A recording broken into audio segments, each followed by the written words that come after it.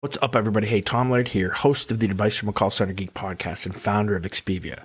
For exceptional contact center outsourcing, trust Expedia. We're fully AI-driven, as all of you know, and can handle voice, email, chat, and all of your digital channels. Our 600-seat USA contact center is expert in healthcare, financial services, insurance, tech support, retail, and more. Experts on the NICE CX1 platform, we ensure seamless customer experiences. DM me or visit expediausa.com for more. This is Advice from a Call Center Geek, a weekly podcast with a focus on all things call center. We'll cover it all from call center operations, hiring, culture, technology, and education. We're here to give you actionable items to improve the quality of yours and your customers' experience. This is an evolving industry with creative minds and ambitious people like this guy. Not only is his passion call center operations, but he's our host. He's the CEO of Expedia Interaction Marketing Group and the call center geek himself, Tom Laird. Welcome back, everybody, to another episode of Advice from a Call Center Geek, the call center and contact center podcast. We try to give you some actionable items, take back in your contact center, improve the overall quality, improve the agent experience, hopefully improve your customer experience as well. My name is Tom Laird. I'm the CEO of Expedia Interaction Marketing and of Auto QA. It's good to be back. We're starting to get back into our routine of once a week podcast. So thank you again for joining. I apologize for being late. It's Monday, and it seems like every type of technical issue with my microphone or camera has to happen today, but I got to figure it out. So I apologize for those of you who are waiting live and patiently here on LinkedIn as we are live on LinkedIn. Again, if you have any questions, if you disagree with me on this, I think this is a little bit of a controversial topic, but I want to try to spit the truth of what I am seeing out there in the actual marketplace that is totally different than what you see on LinkedIn or what you see on TikTok or Reels or any of these social spaces. If you go to the contact center expos and CCWs and everybody seems like, we're all way down this path to AI when nothing could be further from the truth. And to be honest, it's just, there's a ton of lies and mistruths out there from a lot of AI companies, right? Trying to push products, and they're freaking people out, right? They're scaring a lot of individual companies to think that they're falling behind. They're getting CEOs to put pressure on managers and IT professionals to do something. Nobody knows what that is. They don't know what that is. Get a chatbot up, right? Because we're falling behind the competition. I'm telling you right now, that is not true. So let's start at the very beginning here. I've had the privilege of speaking probably about 5 or 6 times so far this year, is in the first 4 or 5 months here, as we go down to getting into May. Probably spoken in front of about 1,200 to 1,500 contact center professionals. Now, not sales dudes. These are actual contact center managers, frontline supervisors, all of those people that are actually on the front lines making things go. I've asked the same question to start all of my talks this year, and it is, how many of you feel comfortable about where you are from an AI standpoint, have started to implement AI in your contact center, or at least have a roadmap? I'm not lying when I say 3 people out of 1,500 have raised their hands. So the honesty is also there, because nobody knows what's going on. Nobody's talking about the bridge to get there, right? If you talk to an AI tech sales guy, it just implement our strategy and boom, you're fully AI, whatever. And that's not what we need. Today in 2024, we need to start talking about the process of getting to AI. We need to start talking about the actual tools that can be utilized, that are mature. And most of this stuff is not. The other thing that we keep forgetting as an industry as a whole, and again, I get that you don't have to be in the cloud to start to implement some of these AI tools, but it really helps. It's way quicker, and most everything is going to have to be implemented and integrated, and it's way easier to do in the cloud. And the vast majority of contact centers are still not even in the cloud. I mean, think about that for a second. We're talking to everybody about AI and moving to this AI-centric model. And I don't even care if it's other tools. Like, it could be Agent Assist. It could be all of these other tools, let alone the first touch point AI chatbot that everybody thinks is just unbelievably great. It's not there yet. There's steps that have to be taken. And I think there's a lot of opportunity even for other companies to come into the space to help this happen. And we're trying to do that with Auto QA as a step. Do I think that the Auto QA platform that we're using now is going to be even in existence in its same form in 5 years? Heck no. It might be 3 years. It might be 18 months. But we're going to keep evolving that. But it's a bridge, right? There's a paradox that's happening out here in the marketplace, and it's a perception. If you're utilizing AI in your contact center, then you think everybody else is too. So you want to talk about it all the time when people can't even talk your lingo. The other kind of flip side of the coin is you're not using AI and you think that you're falling way behind. And that's not true either. Both of those things are not true. Right? The truth definitely is somewhere in the middle. But the perception and the FOMO that is happening and is being pushed by AI technology companies, by the mychatbot.com AI is great companies. We're not there. And you're not falling behind. Now, do you have to start working to get to this process? 100%. Right? But don't let anybody's demo, don't let anybody's sales presentation, don't let all the stuff that you see on LinkedIn freak you out and think that you need to move into something that you're not comfortable with, that you're not there yet, that you're not with there yet. Some of the things that I have discussed in the past, but again, let's just bring these to the front of the table. Most companies are not in the cloud, number one. Number two, most don't have the integrations that they need. The lack of integrations in the Frankenstacks that you see from a CX standpoint for most companies, right? It does not allow for easy integrations and to get to the data that you're going to need to use data in your AI from your personal stack of information. That's number one. Number two, nobody has been talking about KMSs and knowledge management systems. Nobody has them. And if they do, they're either out of date or they have no process to keep them up to date to give these unbelievably great AI chatbots the knowledge that they have. If you have dirty data, you're going to get crap, coming out of it. So we have to make sure that we understand those concepts. And I guess the third or the fourth is, I think people are getting ripped off.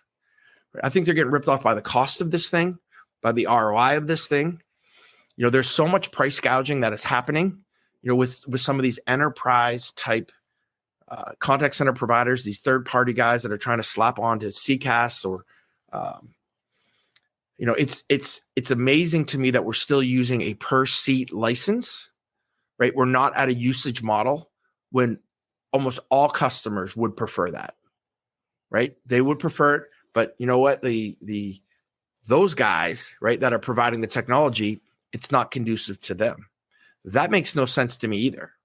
And there's going to be some real differentiators that are coming into the space. Again, I'm just a little peon, a very small deal with Auto QA that is actually growing faster than I thought. But we're doing everything the opposite way that everybody else is doing it. Total per seat model. You want to do 500, you want to do 300 calls, you want to do 10,000 calls. I don't care. Right.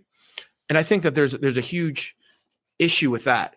If I would tell you that it literally costs pennies, like cents, like under 10 cents, under 5 cents to do a lot of the same auto QAing and transcriptions. And, now you can build that depending on calls and it's all a little bit different, but it does not equal, even with a hefty profit margin, what a lot of these guys are charging on a per seat model for some of these AI tools, right? And nobody's going to like this video and nobody's going to like this podcast because 90% of everybody who follows me is a CX technology person, right? So all of these things kind of get squashed and get quiet, but that's the honest truth of where we are today. So what do we need? We don't need another chatbot company. We need companies to come into the space and help to start to bridge people, right? If I had to start, I said this in my talk, I was in Philly last week. If I had to start a company right now from scratch, and I might even do it, we would start a consulting company with technology to help build a KMS for companies, to help build out their knowledge base, right? That is such a lacking tool that nobody talks about. And if you go talk to the technology guys, they don't even tell you need it. You do. If you want to have anything that's worth its salt, you do. having integrations not just into your CRM, but any other data sources, like all that stuff helps. And it's cool. Like you can do just even stuff in your regular contact center stuff. If you have integrations into it, not just screen pops, but you can route really cool. You can do amazing things even with some of this stuff as you're bridging. So that was the talk that I gave last week too. And I think that there's some things too, when you hear your CEO or you hear a C-level person come to you and was like, hey, listen, we need to do AI, whatever that means. We need to do AI. I hear that all the time. Say, okay, let's breathe, right? Come up in 2024 with the things you need to do AI, right? Let's talk about what we need to integrate. Let's talk about building out our KMS. Right? Let's talk about those kind of tools. Let's talk about the policies and procedures. What's secure? How comfortable are we from a security aspect to use large language models? Are we at all? Is there an appetite for it? I think that stuff's really important to do in 2024. You want to get into the LLMs? From a chatbot standpoint, how are you going to QA your AI? Right? If you think that you can just let it run, and I've seen companies now, they're not doing the hybrid thing, right? So if a customer gets ticked off, it lets the AI handle it the whole way through. It's a disaster, right? Nobody wants to talk about that, right? Because you're not selling product. It's a disaster, right? I still think you can do the AI thing from a self-service standpoint. If you have a hybrid model, if you have some rails on the cart, you're going to agents, right? But you're still utilizing agents. You're not going this full, we're going AI. And that's the other thing, right? Companies think in 2024 that everybody wants to go full AI. I think most companies don't. They want to start to utilize tools. The technology and the things that people are creating are moving faster than customers can even buy them and can even think about them. So I'm not saying you slow down, but I'm saying understand your ideal customer profile, because so many of these guys are moving so far ahead with stuff that's okay. It's not great. But I think that if companies that are selling these products would take the time and start to set their customers up for success instead of just selling them a product, we're going to be in a much better place. There's going to be a bubble here, right? Because too many companies are going too fast on this stuff, and it's not fully mature, especially when you talk about an LLM chatbot. It's not, no matter what anybody wants to say. So there's a lot to think about and digest there, but it's kind of frustrating for me to see, the speed of the technology, because it's easy to use. It's awesome technology. It's going to be in certain places. It's going to push people forward, but it's moving too fast and the quality isn't as good and nobody can keep up with it. Right. So what are we doing? So again, there's a huge spot in the market for companies that want to, again, to just be frank here, I think like auto QA, right? We are utilizing AI and being able to have a company that has no technology whatsoever. It doesn't matter. All you need is a call recording, right? A call transcript, a help desk ticket, an email, a chat transcript, right? And we can fully AI, right? Your quality assurance. Those kind of tools, auto summarization. You don't really need a ton of technology, maybe a little integration that you can utilize now.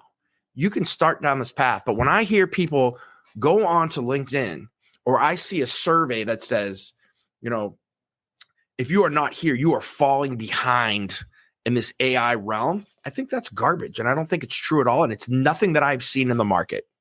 And I've talked to a ton of people on this stuff, a ton of BPOs who are ahead of the curve, right? Because we have to be ahead of the curve. And again, as a kind of a cheap plug for the BPOs, not just for Expedia, but if you want to move to AI fast, you should outsource to a BPO that has all this stuff, right? Like not just me, but many of my friends in the industry, we have it all, right? From agent assist to auto summarization to auto QA, right? Looking at getting into how do you build out a chatbot the right way from an AI standpoint, looking at how do you integrate your contact center? How do we use analytics differently? Right? All of this stuff we have expertise in. We know how to do it. It's not just Expedia. It's a ton of BPOs that are out there. Onshore, nearshore, offshore. Don't care. If you get the right one, you don't have to pay the 50, 60, 70, 80 grand to implement some type of AI, not see the ROI for 17 years. And too many people are falling for that. It is crazy expensive, the minimums that a lot of these AI companies from a self-service standpoint are collecting that they want. So there's a huge setup fee, 50, 100, 200 grand. There is a sign-up fee for each of your customers. Not a lot. Still stupid, though. It's just an add-on that they're just kind of taking from people. So every time that somebody gets signed on, maybe for a voice biometric, those kind of things within the IVR from a security standpoint, right? They're adding that on. There's a per minute charge, and it's normally like the minimum of like 45 seconds. So if you have a 10-second self-service call, you're paying for 45 seconds. And again, while you can build this stuff on your own, it's extremely frustrating. You have to have the expertise to really be able to do that, or you're going out to these guys if you have the edict to do AI and really struggling. Then I think with the results that you're finding, dig deep into demos. I will tell you that, right? Dig deep. Don't take a demo at face value. Be like, hey, I want to try that out. And if you're not comfortable with that, call me. I'll do it for you, right? I'll do it for free, right? And if there's no agent that it's going, I'm going to trick it 100 times. I've done it.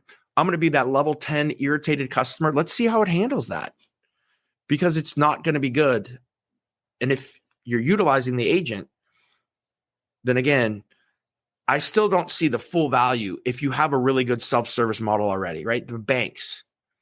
When you call a bank, you want financial things. You want your balance. You want to pay off a loan, pay a credit card. You want to do those types of things, right? We have that technology. Right now, again, is there use cases for some of this stuff? I think the bigger you have a ton of SKUs, you have, a ton of different, maybe more complex things that you think you can add into there. And if you have the right knowledge base, you're seeing the enterprise guys do that. The enterprise guys can do that because they have the budget for it. They can take 20 people and say, go build out my KMS in the next 3 weeks. And they can afford all that. And I think that there is a quicker ROI when you have a higher amount of volume.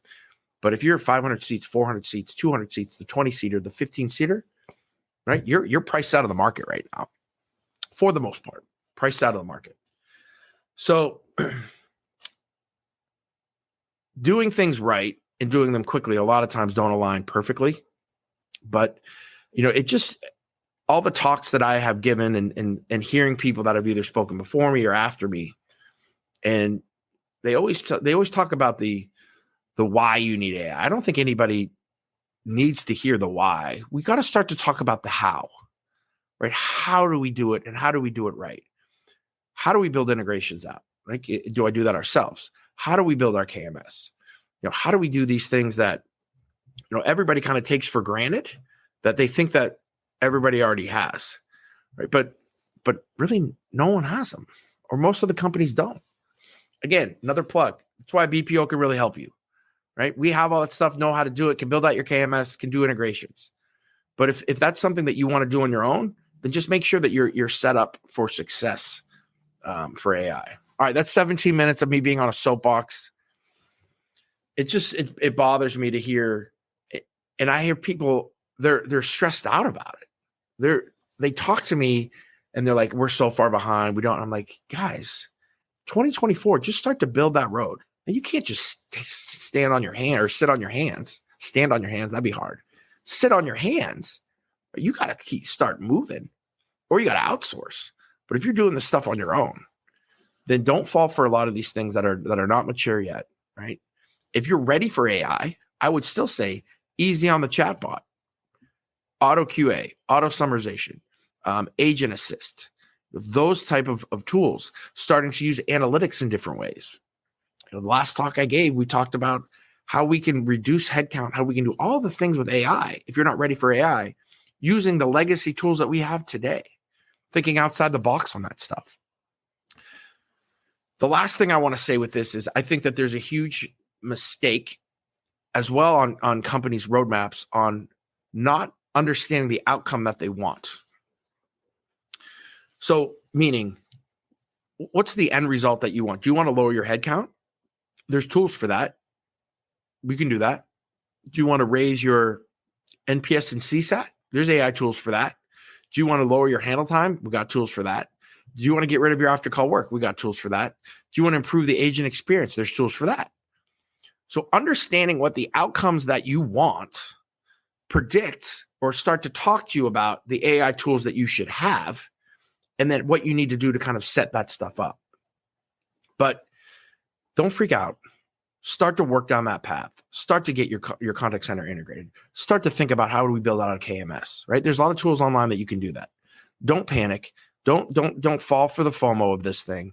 There's a lot of companies making a lot of mistakes right now at a crazy high level. If you're not an enterprise guy, you have time, right? You have time. And you have more than you think. So don't let anybody kind of rush you, push you into things that you're not comfortable with, that your company's not ready to go for. If you need somebody to talk to, I'm here, right? I can kind of help you out and kind of guide you through some of that stuff too. But all right, guys, that's what I have today. I just did again, I've been thinking about that all weekend. I have a couple links on LinkedIn or posts on LinkedIn I did today. And also, if you look through some of my stuff from the week before, listen to my Philly, the couple videos from the Philadelphia talk that I gave, also one in Miami that I had posted online that just talks about how do you roadmap this thing, right? And what are the actual steps and tools that you need to do that don't cost a ton of money? They're going to cost some things from a manpower standpoint. And then if you're ready to go, what are the first tools to start to look at? But I think that this is a toe put in the water and then slide in instead of a dive or jump from the diving board. And I think that the slower you move with this, and the more, slow is probably not the right word, but the more methodical and thoughtful that you move with this, the better that you're going to be in the long run. So thank you guys for hearing me. I hope that, again, that this calms some people down. You're not that far behind. Things are going to be okay. Start working towards that process. If you want to know some things, again, check out some of my videos on some things. If you're getting pressure to lower headcount, if you're getting pressure to lower handle time, that you can utilize, right, without paying a ton of money for AI, that you can maybe hold the wolves back for a little bit as you're kind of building things out and trying to be the voice of reason. I think in this world that we're trying to just sprint before most companies aren't even walking. So thanks, guys. I'll talk to everybody next week.